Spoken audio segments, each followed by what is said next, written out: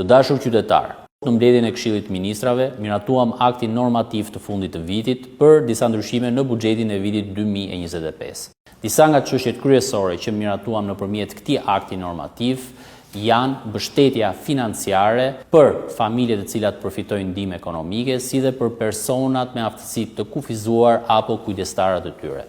Masa e mbështetjes financiare në formën e bonusit të fundvitit do të jetë 15.000 lekë apo rreth 150 euro. Në total, nga kjo nisëm, do të përfitojnë rreth 148.500 qytetar me një fond total prej rreth 2.2 miliard lekësh.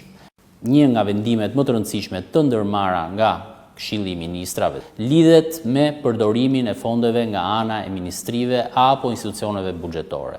Është vendosur që për të gjitha ato fonde të cilat nuk do të shpenzohen nga ministrit apo nga institucionet buxhetore, do të kalojnë në fondin e veçantë të pensioneve pranë Bankës së Shqipërisë. Nga një vlerësim paraprak që ka bërë Ministria e Financave, vlerësohet se shuma e cila minimalisht do të kalojë në këto llogari do të jetë në masën 150 milion euro. Kjo shumë do të përdoret për reformën e pensioneve, të cilën kjo qeveri tashmë e ka nisur. Nëpërmjet këtij akti normativ, ne do të mbështesim edhe sektorin e bujqësisë, ku fermerët do të përfitojnë një shumë prej rreth 2 miliard lekë shtesë nëpërmjet skemave mbështetëse.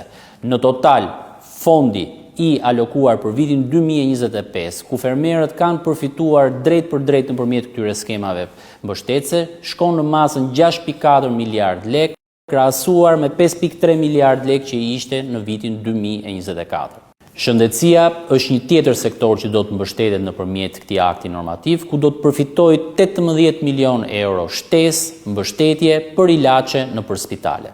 Edhe pushteti vendor do të përfitojë nëpërmjet këtij akti normativ, duke u mbështetur me rreth 1.2 miliard lekë shtesë, fonde të cilat do të përdoren për të shlyer detyrimet më të vjetra të prapambetura.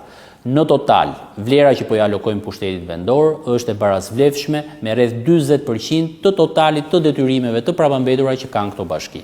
Këto janë vetëm disa nga politikat që kemi parashikuar në këtë akt normativ, natyrisht për të garantuar që fondet publike përdoren aty ku nevoja është më e madhe. Ministria e Financave, nga ana tjetër, është këtu për të garantuar stabilitetin ekonomik, si dhe të zbatojë politika të cilat synojnë mirëqenien sociale të qytetarëve të vendit tonë. Ju faleminderit.